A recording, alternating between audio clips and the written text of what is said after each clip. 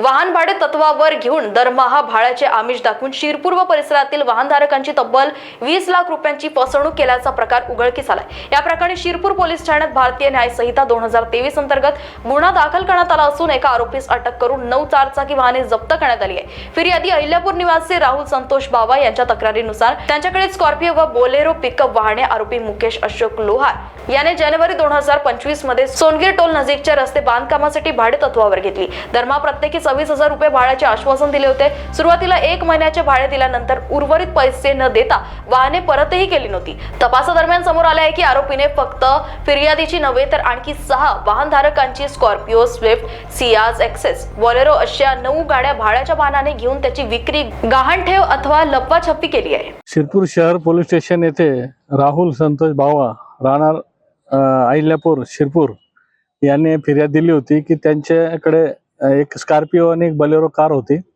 Bolero गाडी होती ती त्यांनी भाड्याने मुकेश अशोक लोहार राहणार आमोदा शिरपूर याला 26,000 रुपये भाड्याने दिलेली होती आणि 26,000 रुपये भाड्याने प्रत्येक गाडी ठरलेली होती। 1 महिना त्यांनी भाडे दिल्यानंतर इतर महिन्यांना भाडे देणं बंद केलं आणि गाड्या सुद्धा दाखवत नव्हता।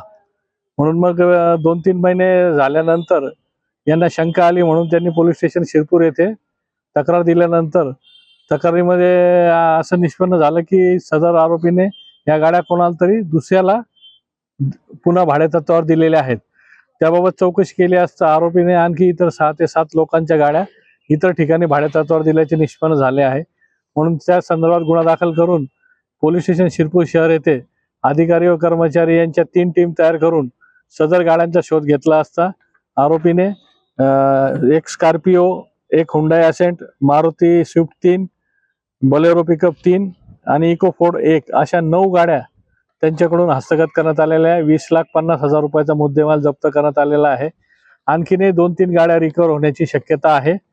तर या अनुषंगाने पोस्ट शिरपूर हद्दीमध्ये जर अशा प्रकारे कोणाची फसवणूक झालेली असल्यास त्या व्यक्तींनी पोलीस स्टेशन शिरपूर येथे संपर्क साधावा असे आवाहन आम्ही या ठिकाणी करत आहोत। शिरपूर शहर पोलीस स्टेशनच्या टीमला पोलीस अधीक्षक देवरे साहेब, अपर पोलीस अधीक्षक श्री काळे साहेब यांनी योग्य ते मार्गदर्शन केल्यामुळे एवढा मोठा रॅकेट उघडकीस आणण्यास पोलीस निरीक्षक परदेशी व त्यांच्या टीमला यश प्राप्त झालेले आहे।